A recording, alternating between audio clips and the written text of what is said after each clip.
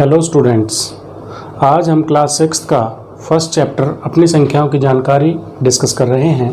इसकी पहली दो एक्सरसाइज को हम सॉल्व कर चुके हैं, हम समझ चुके हैं। संख्याओं के ऊपर जितनी भी संक्रियाएं होती हैं, चाहे वो जमा है, चाहे वो घटा है, चाहे वो गुना है, चाहे वो भाग है, वो हम सीख चुके हैं। उसके बाद ये एक्सरसाइज 1.3 जो कि लास्ट एक्सरसाइज है, इसमें हमें सन्निकट मान सीखना है। और सन्निकट मान क्या होता है? सन्निकट का मतलब होता है एस्टिमेट करना, अंदाज़ा लगाना है।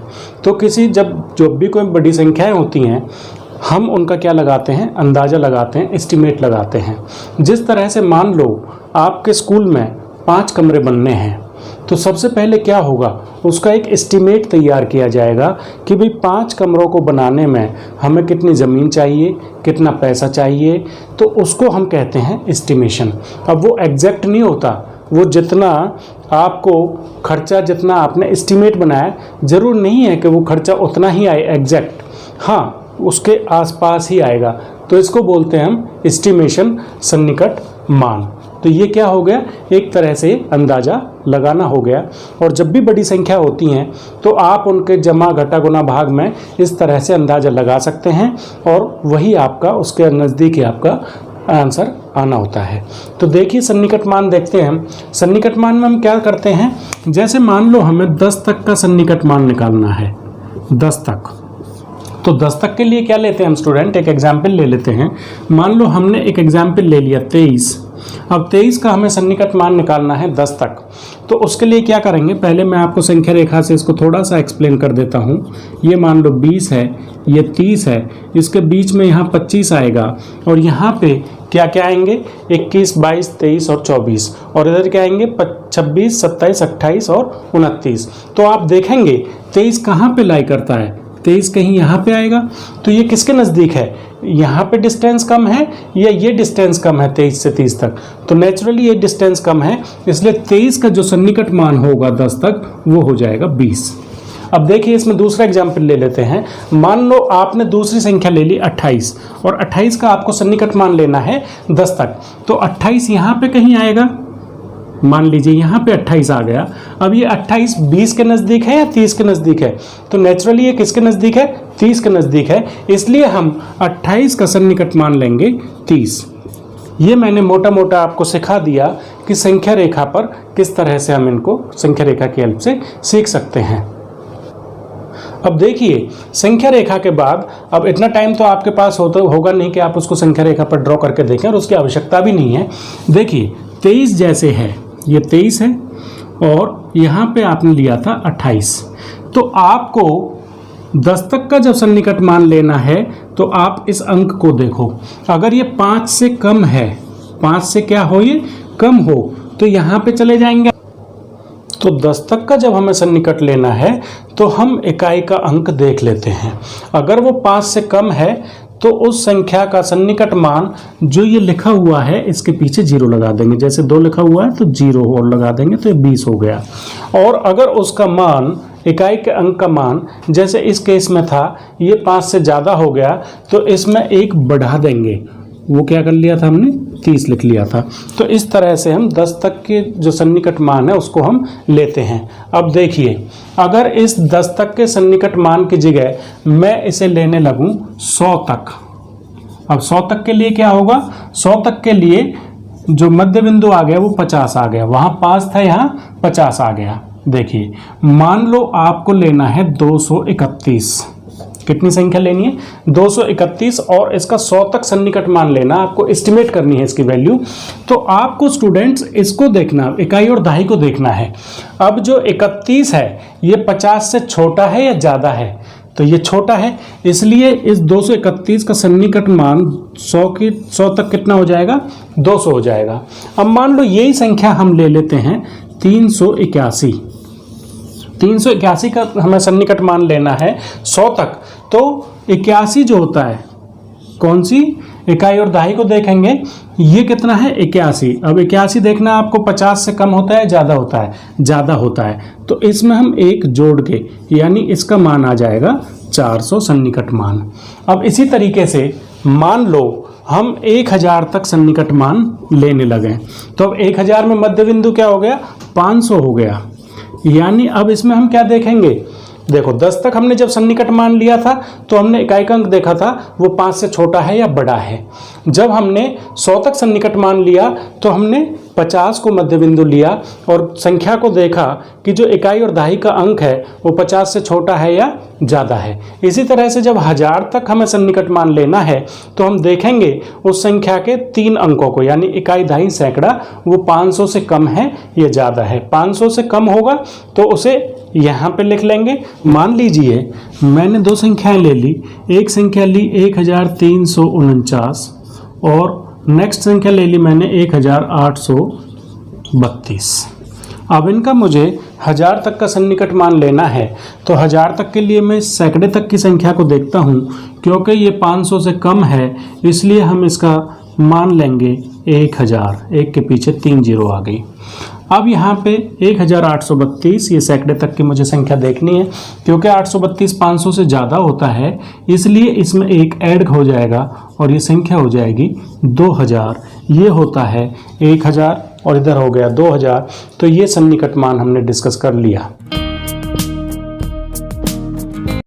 अब हम एक्सरसाइज 1.3 को स्टार्ट करते हैं। स्टूडेंट, एक्सरसाइज 1.3 का फर्स्ट क्वेश्चन अब हम डिस्कस करने वाले हैं। 4 पार्ट्स इसके दिए हुए हैं और क्वेश्चन है व्यापक नियम का प्रयोग करते हुए निम्नलिखित संख्याओं का आकलन कीजिए। आपको क्या करना है, एस्टिमेट करना है। तो कैसे करेंगे, देखो फर्स्ट का ए पार्ट है 730 प्लस 998। तो मैंने जब आपको आकलन करना सिखाया था, सन्निकट मान सिखाया था, तो 730। अब क्योंकि ये 100 तक की संख्याएं हैं तो इसलिए हमें इनका 100 तक ही सन्निकट मान लेना है। तो 730, इसमें हम क्या देखेंगे, 30, यानी 50 से छोटा है या बड़ा है। तो 30 50 से छोटा है इसलिए इसका मान हो जाएगा 700। 730 का कितना मान हो गया, 700। इसी तरह से अब 98 को हम देखेंगे, 50 से छोटा है या बड़ा है। तो ये 98 से बड़ा है यानी 1000 के नज़दीक जा रहा है ये, तो ये हम ले लेंगे 1000।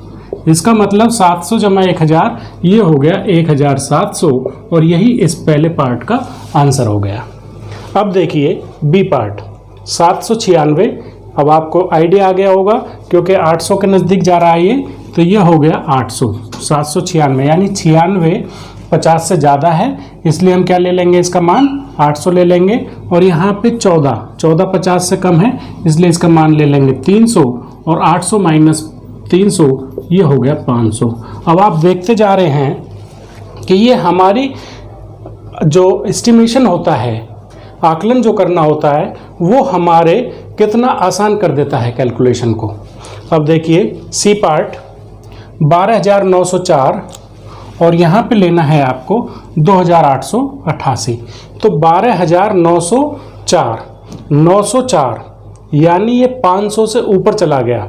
तो 12904 को हम ले लेंगे 13000 जमा 2888, ये 500 से ज़्यादा है तो इसको ले लेंगे हम 3000 और 13000 जमा 3000 ये हो गया 16000। यानी आकलन करके इसकी वैल्यू कितनी आ गई, 16000। इसके बाद नेक्स्ट क्वेश्चन देखिए, डी पार्ट है इसका 28292। तो ये 500 से कम है इसलिए इसका मान लिया मैंने 28000 माइनस 21496, तो इसका मान हो जाएगा 21000। और इस तरह से 28 में से 21 गए तो 7000 और ये इसका सॉल्यूशन हो गया। क्वेश्चन नंबर 2 में स्टूडेंट इसके भी 4 पार्ट दिए हुए हैं जैसे पहले क्वेश्चन के थे और इसमें हमें एक तो 10 तक का आकलन लेके करना है और एक 100 तक लेके करना है। इनका आकलन करना है संख्याओं को। तो पहला है 439। अब 10 तक में लेंगे तो 10 तक के लिए क्या करेंगे हम, 439 ये कितना हो जाएगा, इसका मान हो जाएगा 440। उसके बाद 334 तो इसका मान कितना हो जाएगा, 4 5 से छोटा होता है तो इसको लिखेंगे हम 330। उसके बाद 4317, हम उन सबको छोड़ देंगे, सिर्फ इसको देखेंगे। अब ये हो गया 4317, मतलब ये ज़्यादा है तो यहाँ पे हो जाएगा 4320। अब इसको जोड़ लीजिए आप तो कितना आ जाएगा, 0। उसके बाद 2 और 3 5 और 4 9। उसके बाद 3 और 3 6 और 4 10 और 5, तो ये हो गया 5090। अब शतक के सन्निकट मान में क्या होगा, 439, तो ये 39 50 से कम है, इसलिए इसका मान लेंगे हम 400 जमा 334, ये भी 34 भी 50 से कम है, इसलिए इसका मान हो गया 300 प्लस 4317 और 317, तो ये 300 के करीब है, ना कि 400 के, तो 4300। तो इसका मान कितना हो जाएगा, 700 और 300 1000 और 4000 5000। आप वैसे भी जोड़ सकते हैं, ये मैंने इसको इस तरह से कर लिया। अब इसका बी पार्ट है अब इसमें बी पार्ट में फिर इसको 10 तक लेना है, आगे फिर 100 तक करेंगे। तो ये है 1,08,734। आपको पूरी संख्या से कोई मतलब नहीं है, आप सिर्फ इसको देखिए, ये 5 से कम है, तो इसलिए ये हो गया 1,08,730 हो जाएगा।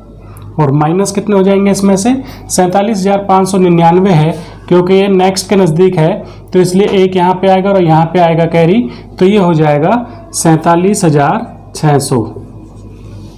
अब इसको इसमें से घटा लीजिए, 0 में से 0 गया तो 0, यहाँ पे 3 और यहाँ पे 0 है तो 3, 7 में से 6 गया तो 1, और यहाँ पे 8 में से 7 गया तो 1, और यहाँ पे ये टोटल कितने हो गए 9, और 9 में से नहीं कैरी नहीं लिया, 10 में से 4 गया तो 6, तो ये आ गया आपके पास 61,130।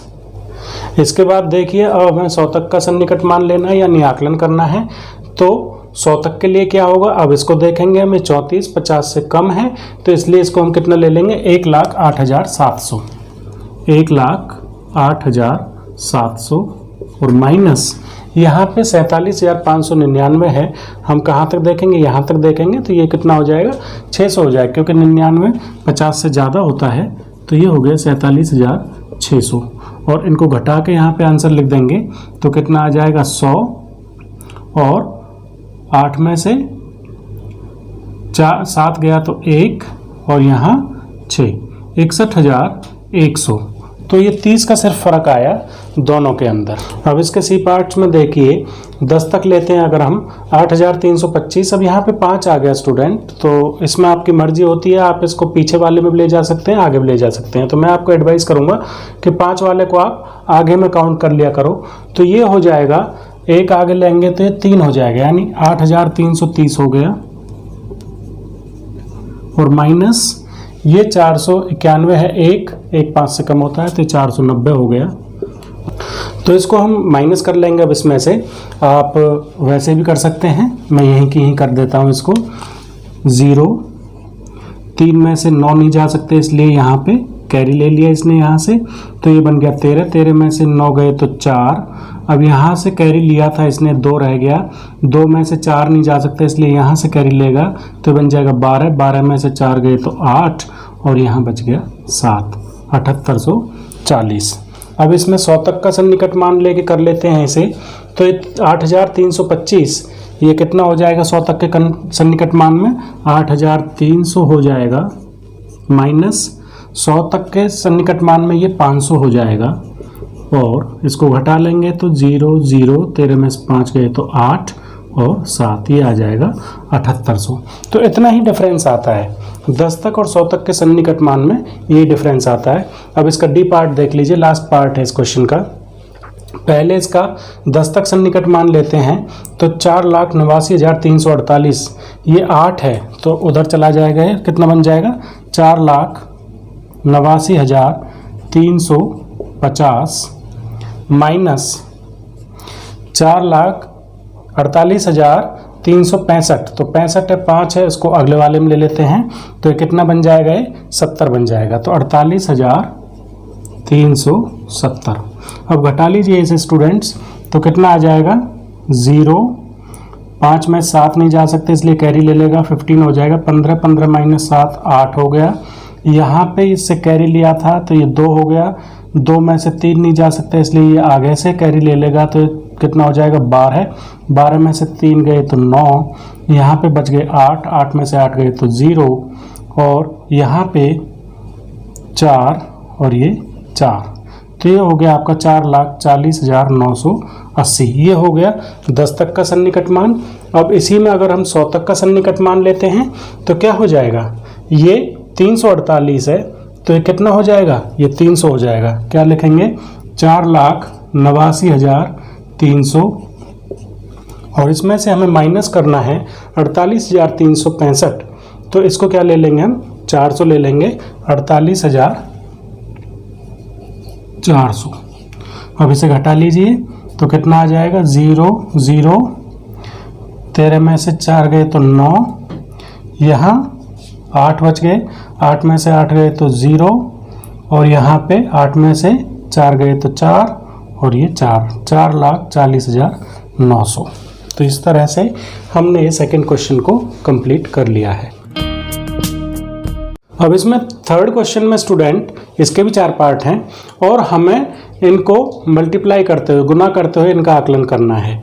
तो देखिए पहला है 578, तो 578 किसके नज़दीक है, 600 के, तो 600 गुना 161, 50 से ज़्यादा होता है 61, तो ये ले लेंगे हम 200, और इनको गुना कर लो। वैसे भी आप कर सकते हैं, और नहीं तो मैं आपको तरीका बता देता हूँ। 2 छिक्के 12 लिख लिया। अब कितनी जीरो हैं, 2 और 2 4, इन 4 जीरो को यहाँ पे लिख दो, 1 2 3 4। अब इसमें आप चाहें तो कोष्टक भी लगा सकते हैं, और इस तरह से ये हो गया 1,20,000। अब देखिए इसका बी पार्ट, 5,281, और ये दे रखा है 3,591, 491। अब मान लीजिए इनको हम 100 तक के सन्निकट में ले लेते हैं, 1000 तक के सन्निकट में ले लेते हैं, दोनों 1000 में दिए हुए हैं, तो 5,281 ये हो जाएगा 5000 गुना, ये ले रखा है 3,491, तो ये हो जाएगा आपका 3000, और 5 तिया 15, और 3 जीरो ये 3 जीरो ये 6 जीरो लगा लेंगे, 1 2 3 4 5 और 6, तो ये हो गया इस तरीके से। तो कितनी होगी ये संख्या, पढ़ लीजिए, इकाई, दहाई, सैकड़ा, हजार, 10,000, लाख, 10 लाख, करोड़, 1,50,00,000। अब ये जो आंसर है स्टूडेंट, जो बुक का आंसर है उसमें कुछ और दिया हुआ है, वो कैसे दिया हुआ है ये आप स्वयं सोचें, वो बिल्कुल भी लॉजिकल नहीं है। ये इसका लॉजिकल आंसर है, क्योंकि दोनों हमने 1000 तक का सन्निकट लिया है इसका, तो ये सीधा 5000 हो जाएगा। ये क्योंकि 500 से कम है, 491 है, तो 3000 हो जाएगा, और इस तरह ये आंसर आ जाएगा। हम इस तरह नहीं कर सकते कि एक को तो हम 10 तक के सन्निकट में ले लें, एक को 100 तक के में ले लें, या एक को 1000 तक के में ले लें, वो लेना गलत है बिल्कुल ही। तो इस तरह से आप इस क्वेश्चन को सॉल्व करें। अब देखिए इसका सी पार्ट, 1,291 और ये है 592। तो क्या करेंगे हम यहाँ पे, क्योंकि यहाँ पे ये 1,291 है और ये 592 है, ये 3 अंकों की संख्या है और 4 अंकों की संख्या है। तो अगर इसके हिसाब से लेते हैं आप, तो ये कितना 100 तक का सन्निकट लेंगे इसमें, और वो कितना हो जाएगा 1,300 हो जाएगा। ठीक है, तो इसे लिखेंगे हम 1,300, और 592 हो गया 600, तो कितना हो जाएगा ये 13 6 78, और 2 0 2 0 मीन्स 4 0, 1 2 3 4। अब देखिए 7,80,000 हो गया। तो आप लॉजिकल ढंग से करें, आंसर मिलाने की कोशिश ना करें। अगर आपने एक को 10 तक लिया है सन्निकट, तो दूसरे को भी 10 तक लें, या वो संख्या अगर एक मान लो 2 अंकों की संख्या है, एक 4 अंकों की संख्या है, तो वो अगर उसने कुछ लिख के नहीं दिया हुआ आपको, तो आप उनको उनके मैक्सिमम सन्निकट तक ले सकते हैं, जितने अंकों की संख्या है उतने सन्निकट तक ले सकते हैं। चलिए डी पार्ट करते हैं इसका, 9,250 और ये दे रखा आपको 29। तो इसको तो हमें सिर्फ कहाँ तक ले सकते हैं, हम 10 के सन्निकट तक ले सकते हैं, तो ये तो 30 हो जाएगा। और ये कितना है 9,250। अब अगर इसको आप 1000 तक लेते हैं तो ये आपका सीधा हो जाएगा 9,000, और ये 10 तक ही ले सकते हैं मैक्सिमम, ये 3 हो गया 30 हो जाएगा। तो 9 तिया 27 और 4 0, 1 2 3 4, तो ये 2,70,000 हो जाएगा। बुक का आंसर इसमें भी 3 लाख दे रखा है, वो लॉजिक से परे है, तो आप इस तरीके से इनको कर सकते हैं। इस तरीके से स्टूडेंट ये आपकी एक्सरसाइज 1.3 यहीं ख़त्म हो जाती है। इसके बाद आपके कोष्ठकों का प्रयोग करते हुए भी संख्याओं का मान निकालना होता है आपको, चाहे वो प्लस करने हो चाहे वो गुना करने हो। और उसके बाद रोमन न्यूमरल्स, ये भी इसी का पार्ट है, अलग से उनकी कोई एक्सरसाइज बना के नहीं दी हुई है, तो इसी वीडियो में हम उनको भी कंप्लीट कर रहे हैं अभी। अब देखिए स्टूडेंट, कोष्ठकों का प्रसार, यहाँ पे मैंने टॉपिक का नाम लिखा है। मान लो आपको 105 को 102 से गुना करना है, तो आप कैसे कर सकते हैं? इनको आप टिप्स पे भी कर सकते हैं, लेकिन यहाँ पे मान लो इसको मैं 100 को लिख लेता हूँ 100 जमा 5। इसी तरह से इसको भी मैं 100 में कन्वर्ट करूँगा, गुना 100 जमा 2। 102 को लिख लिया मैंने 100 जमा 2। अब देखिए इस 100 से ये भी 100 गुना होगा और ये 2 गुना होगा, फिर इस 5 से 100 गुना होगा और ये 2 गुना होगा। कर लीजिए, 100 गुना 100 कितना हो गया? 10,000 आ जाएगा। उसके बाद 100 गुना 2 200 हो जाएगा, जमा 5 गुना 100 500 हो जाएगा, और जमा 5 दूनी 10 हो जाएगा। अब इन सभी को जोड़ लीजिए आप, तो क्या हो जाएगा? ये 200 और 500 700, 710 हो गया यहाँ तक, और आगे कितना है आपका? 10,000, और ये आपका आंसर आ जाएगा। तो इस तरह के जो क्वेश्चन आपको मिलते हैं, मान लो एक आपको दे रखा है 7 गुना 108, तो उसको कैसे करेंगे हम? 7 को बाहर लिख लेंगे और 108 को क्या लिख लेंगे? मान लो 7 गुना 108 आ जाए आपको करने के लिए, तो उसको लिख लीजिए आप 100 जमा 8। अब इसको हल कर लीजिए, 100 गुना 7 700, जमा 7 वाटू 56, तो 756 उसका आंसर आ गया। तो इस तरह से कोष्ठकों से हमारे क्वेश्चन बड़े आसान हो जाते हैं, और उनको हम एक बेसिक नंबर में ऐड या माइनस कर लेते हैं। अब हमको रोमन संख्यांक डिस्कस करने हैं, रोमन न्यूमरल्स। रोमन में संख्याओं को कैसे लिखा जाता है, तो देखिए इसके लिए आपको 1 से 10 तक की संख्याओं को लिखना ही पड़ेगा। 1 2 3 4 5 6 7 8 9 और 10। तो 1 को हम कैसे लिखते हैं? इस तरीके से, ये 1 हो गया। 2 के लिए ये 2 हो गया आपका। 3 के लिए ये ऐसे भी कर सकते हैं आप, इसको एक ही बात है। अब 4 में आप ऐसे नहीं 4 डंडे खींचते हैं, तो उसके लिए क्या करना पड़ेगा आपको? 5 को लिखना पड़ेगा पहले। ये 5 लिख लिया, और 5 के आगे डंडा लगा दे तो इसका मतलब इसमें से एक कम हो रहा है, पीछे लगा दे तो इसका मतलब वो जुड़ रहा है। तो इसलिए 6 के लिए क्या करेंगे? ये हो जाता है। 7 के लिए ये, 8 के लिए ये हो गया। अब एक चीज़ जो आपको विशेष ध्यान रखनी है वो ये कि किसी भी नंबर को आप 3 से ज़्यादा यूज़ नहीं कर सकते इकट्ठा। जैसे हमने 3 तक कर लिया, 4 के लिए लगा गया। उसी तरह से यहाँ 8 तक लिख लिया, फिर 9 के लिए, 9 को लिखने से पहले हमें 10 को लिखना पड़ेगा। 10 का होता है x, तो 10 में से 1 घटा दिया तो ये 9 हो गया। समझ आ गया? अब ऐसे ही मान लो हमें 11 लिखना है तो यहाँ पे ऐड कर देंगे, 12 लिखना है 2 ऐड कर देंगे, 13 लिखना है 3 ऐड कर देंगे, 14 लिखना है तो क्या करेंगे? यहाँ पे चले जाएंगे आप, 10 जमा 4। तो इस तरह तक हमने इनको 10 तक लिखना सीख लिया। आगे मैंने आपको बता दिया कैसे करना है। अब ये आपको ध्यान रखने हैं, 1 के लिए ये हो गया, 5 के लिए v हो गया, 10 के लिए x हो गया, 50 के लिए l हो गया, 100 के लिए c हो गया, 500 के लिए d, और 1000 के लिए m। अब मान लीजिए आपको लिखना है 72 लिखना है, तो कैसे लिखेंगे ये आपको सोचना है। 72 के लिए आपको सबसे पहले 50 इस तरह से ब्रेक कर लिया करो आप, 50 जमा 20 जमा 2। अब कैसे करेंगे? 50 के लिए होता है L, उसके बाद 20 के लिए क्या लिखेंगे? X और X, और ये, तो इस तरह से ये हो गया आपका 72। तो इस तरह स्टूडेंट अब ये आपकी जिम्मेदारी है कि आप कोई भी संख्या लें और उसको आप रोमान संख्यांक में लिंक कर देखें, और अगर किसी को कोई भी दिक्कत आती है तो आप उसे कमेंट बॉक्स में कमेंट करके मुझे पूछ सकते हैं। इसके अलावा जो भी आपको एक्सरसाइज कराई है उससे रिलेटेड किसी की कोई भी क्वेरी है तो कमेंट बॉक्स में जाकर ज़रूर कमेंट करें। वीडियो को पूरा देखें, तभी आपको ये पूरा समझ में आएगा।